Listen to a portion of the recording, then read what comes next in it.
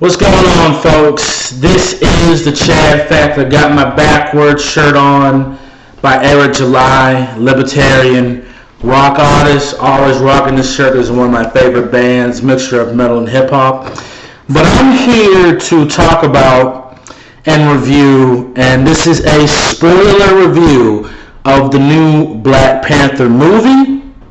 And on my Facebook, I gave it a 9 out of 10. And so it's a dang good movie. It's one of the best Marvel movies, but I would not say it's the best. I think Avengers is going to always get that title, but we'll see what happens with Avengers Infinity War, which is supposed to come out in May, 3 months after Black Panther. But overall, it was a good movie. Chadwick Boseman did his thing. Michael B. Jordan did his thing. The girl from The Walking Dead did her thing. Lupita Nyong'o did her thing. All of them were fantastic actors, but it had some twists and turns that you will be very surprised about. So let's dive in here on the interview, right? So it starts off as a past, like something that happened in the past. And apparently T'Challa's father, his father, forgot his name, but his father, T'Challa's father, actually is visiting one of his men who was supposed to spy on what the American government was doing in Compton, California. And basically, he was trying to he was basically coming there to see, pretending like how he was doing, but really he's saying that he pretty much knows that he betrayed Wakanda and ended up giving some vibranium to Claw. And what happened with that is that he was giving it to Claw in exchange for some money so he can bring back some of the weapons to the black American communities so they can fight against the police and everything like that. That's what his goal was. But T'Challa's father wasn't having that. And he had a spy that said that I know about everything, stop lying, because he was trying to deny. And then he was about to kill one of the spies who was with him the whole time. He ended up killing him. T'Challa's father killed the traitor, and these are brothers. Both of these people are brothers. He pretty much killed his own brother. But what T'Challa's father realized is that uncle actually had a son. So his son ended up being an orphan. Okay? Ended up being an orphan because T'Challa's father killed him. Because he didn't want anything being revealed. He didn't want that. But he didn't think about what his son was doing. What if he had a son or not. He just wanted to protect Wakanda, which I get. But that's part of your family. So you have to explain why your father had to die. So we fast forward back to after his father got killed in Captain America Civil War. And they show the clip, they show what happened about the guy who did it. This is literally right after Captain America Civil War. So it starts off with him kicking butt. He's on the helicopter. He's talking to the Walking Dead character about, I'm going to do this, I'm going to do that. Don't freeze. And then he ends up throwing these things out, stopping the cars, and apparently they were trying to transport vibranium, and also they were transporting some girls, a few boys, but mostly girls, is basically slaves, and T'Challa's love life is there spying and trying to do it. So he kicks all their butts. He punishes all of them easily, just easily, and then he freezes because his love life is there. So that's pretty much what happens. We know that he has a love interest, and we know that they're trying to protect Wakanda and trying to stop the vibranium from getting to the outside world so they can be used as weapons and such. So that much we do know. And then we go into Wakanda, this beautiful, lush, technological city powered by vibranium. We get the history of Wakanda. We get how they were created, how they, after generation, how this African nation survived. It's disguised as a third world country, but really it's this futuristic type of world that the rest of the world doesn't know about, and it's so freaking awesome, and I love it. And I can't wait to see this world again in Infinity War. It's going to be so crazy to have to battle there because of how technologically advanced the war. And it's different tribes, different things in Wakanda, but they all get along under the name, under T'Challa's kingdom. It's one kingdom, but it's still different tribes in the kingdom. And then you have T'Challa's sister, who's an absolute genius. I would say she's about or a little bit more smarter than Tony Stark.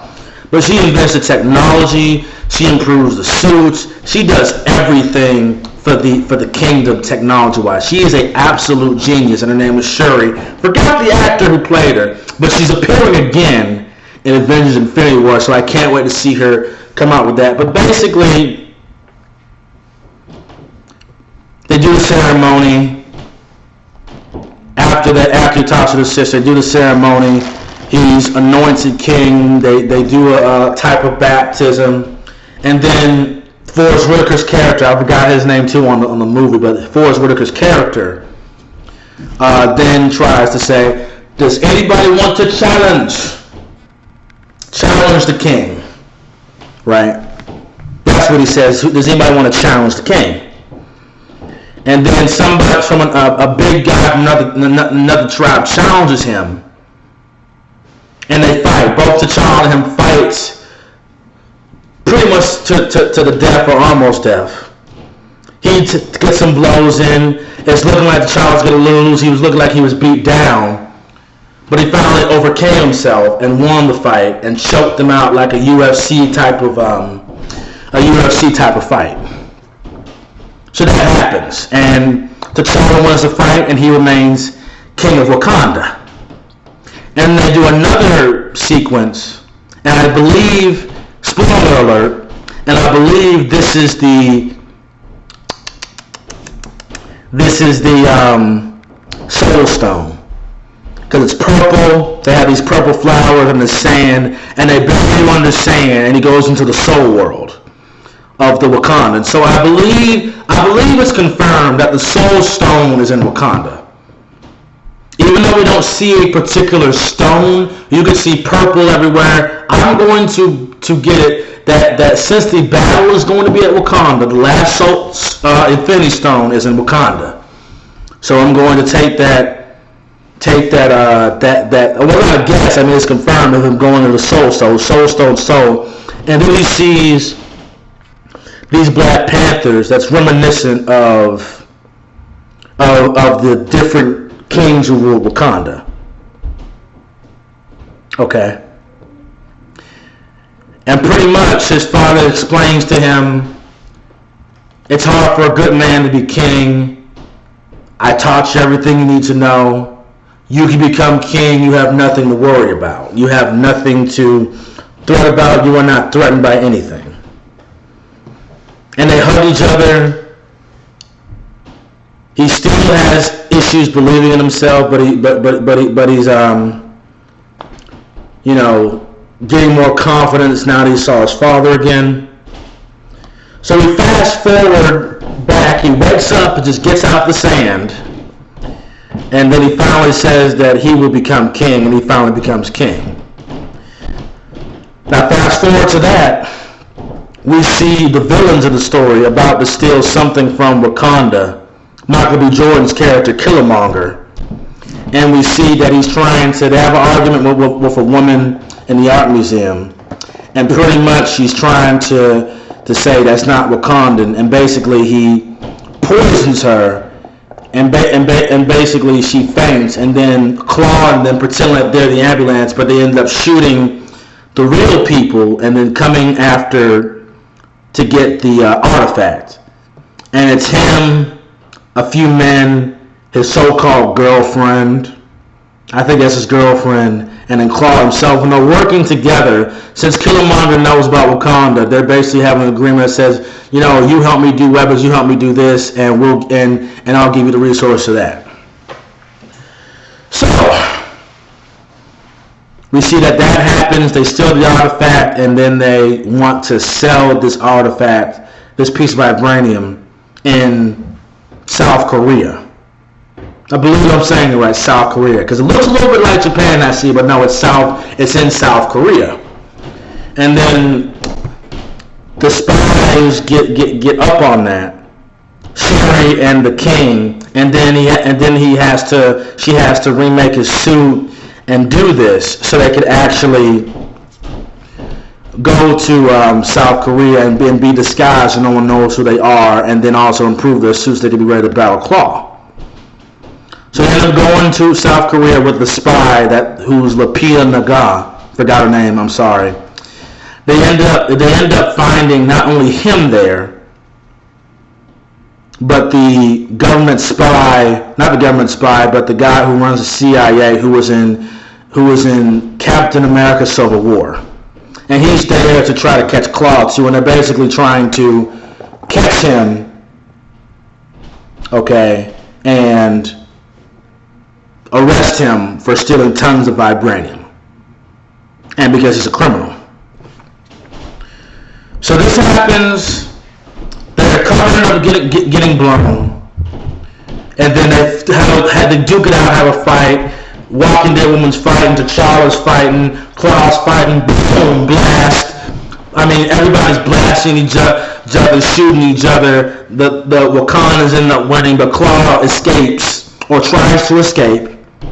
They have a whole high-speed chase, guns are firing, the Wakandans are using shields, but people don't know that then Claw defended himself, then the car busted up with, but the two girls survived in the car. Then T'Challa is on a car. Her sister's driving a car all the way to Wakanda like it's a virtual reality, but it's actually driving. She's driving. It looks like it's driving by itself, but she's driving it in Wakanda. Boom! That car gets destroyed. Dude jumps on the stairwell, crashes the car, finds Claw, cuts off the arm. He's about to kill him, but the whole world is watching because the king of Wakanda is about to kill him, and he had to restrain himself so the entire world will not think of him in a certain way, which is crazy. So he calms down. They have a conversation with the man that runs the CIA. Said, we'll take him, we'll do it, but he wants to take him. They have a whole argument about it. So he basically decides that they're going to question him, but the Wakandans put a tracking device on the man who's in the CIA because they don't want them knowing. He wants to see if Claw is going to reveal anything about Wakanda. But what happens is he ends up talking about Wakanda to the man and revealing a lot of information about it. A lot of people don't see that it's a technological city and it's not just a third world country, and ends up telling pretty much the truth, but to his own, but basically trying to save his own butt. So he then questions T'Challa and tries to say, what else are you hiding? And then suddenly, let me see. Yeah. And then suddenly my camera went a little blurry. I just want to see if everything was alright. And then apparently Michael B. Jordan and the crew came out and basically broke him out of prison. Blew up the whole thing. Had a shootout. Government agent protected one of the women. He almost gets killed. He faints. They managed to save his life. Claw and them get away. And here's the twist of the story right here. Here's the twist of it right here, right? Killmonger, Michael B. Jordan's character, they're going to the plane, right? They're going to this plane, and they're going to escape and try to, and then Killmonger says, no, let's not go here, let's go to Wakanda, let's go over here so we can get this vibranium first. I mean, why? And Clark keeps saying, why do you want to go to Wakanda so bad?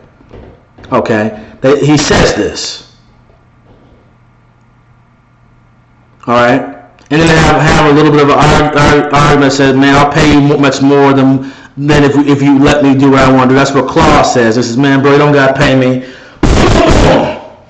Shoots both his men. Claw gets his girlfriend, keeps her hostage. Says, baby, do what he says, baby. Do what he says, baby. Don't let him kill me. Says, baby, you're all right. Boom, shoots the girlfriend. Michael B. Jordan shoots the girlfriend. Boom, Claw and them shoot each other. He ends up killing Claw and his girlfriend in the same roundabout manner. The same girl he was kissing and having a relationship with ends up killing both of them. Big twist in the movie. So apparently, he doesn't care who he has to kill as long as he becomes king. That's what he freaking wants. And because he has vengeance in his heart from what they did to his uncle. So after he did this, and this is something that has happened in old times, right? He gets Claw's body, grabs it, and then the man who played Get Out, I'm sorry I keep forgetting these names, but I don't even remember any of the characters, but the man who played Get Out, he goes to one of the tribe and says, let me be your king. That's what Killmonger says to the Get Out man. The man who played Get Out the movie says, and then he gets Claw's body. Usually in history, they cut off their heads and just give you the head.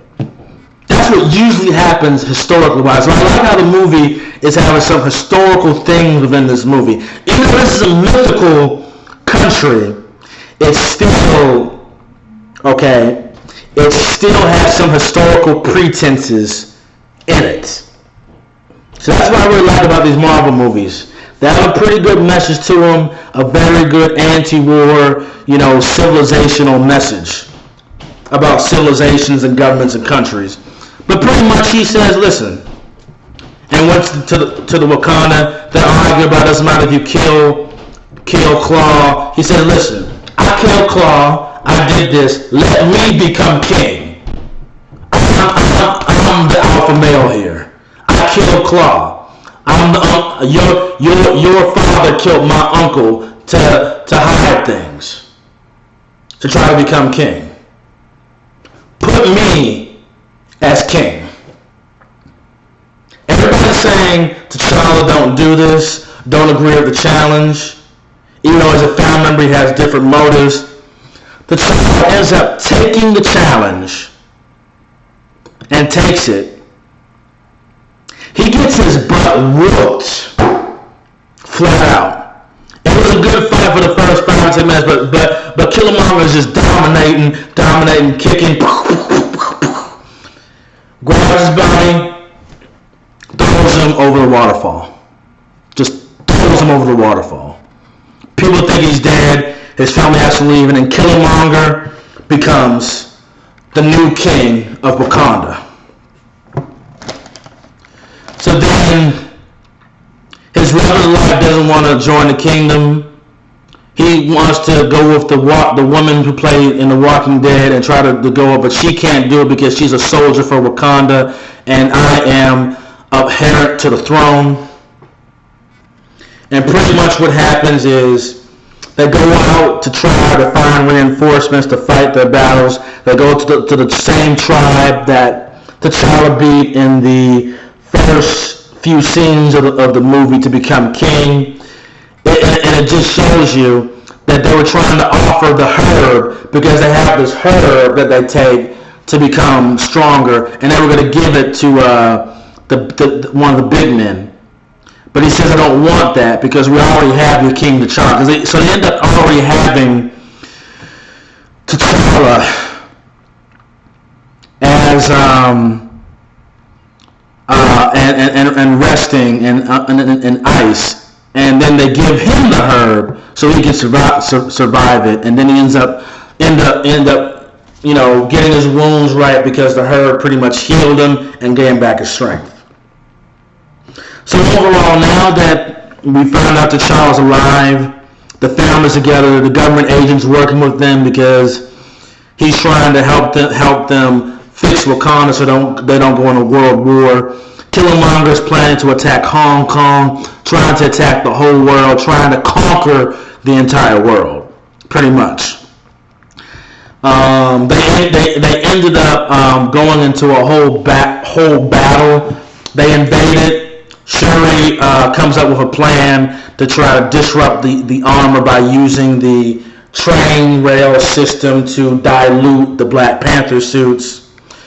But pretty much, Killmonger tries to kill one of the sisters that they're fighting. He's fighting against the Dali, the Black Army guards, the all-woman security guards. It was an all-out battle. Killmonger killed one of them, fighting the sister, fighting her, fighting everyone. He almost kills the sister, and T'Challa has to defend his sister. And they end up having this big battle. They go on a train rail system. They trade blows back and forth.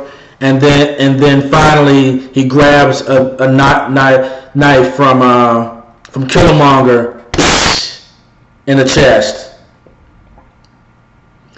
and T'Challa actually wins. And then on the battlefield, the reinforcements from the big clan come, and they end up winning the war. And T'Challa's side ends up winning the Civil War, which is in Wakanda, which was basically a mini Civil War. It was a full-scale mini Civil War over who would run Wakanda and over the tribes. That's what it was. It was a mini, even though it was it was a mini Civil War. So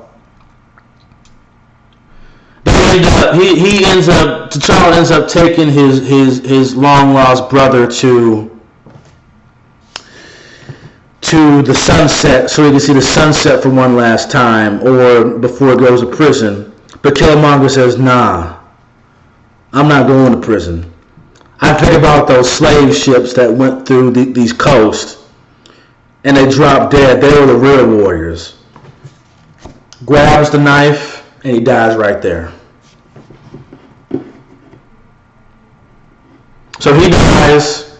The other tribes that were working with Killmonger are imprisoned, and they end up making a whole new message of that we need to help the world, we need to help others and not just let our wealth keep by themselves. And then T'Challa buys a building in Compton, which is home to the Black Panther Party in the 60s. Black Panther bought a building in Compton, California. It begins and ends in Compton, California. Pretty unique, I would say. And ends up giving a program and trying to teach young children in the community technology. They got the Wakandan ship there. They explained to the kids playing basketball about how it works and what it does. And it was a cool experience. And then we go, and this is a more spoiler alert, the post-credit scene. Okay, we got them in talking to the security council about we're going to stop hiding, we're going to show our technology, and we're going to be open to the world to see what we can accomplish. And then the post-credit scene, we see Bucky Barnes in an African garb, showing that he's recovered from his psychological with Hydra,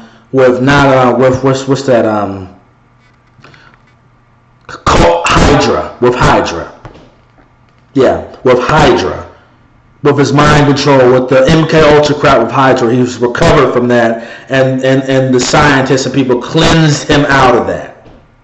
So overall, it was a good movie. I give it a 9 out of 10. But here's a couple things that people might not get. First thing is this.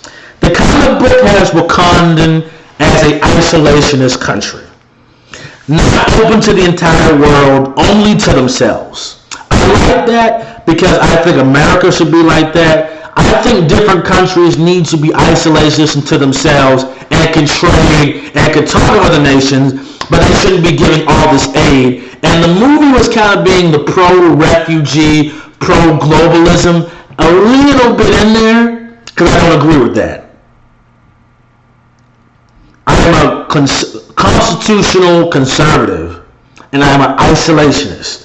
I don't believe we need to be giving all this aid to people. I don't believe in having all these bases and being so open to the world. We can trade with the world, we can speak with other countries, but we shouldn't just get out and just give ourselves out. You got too many people here.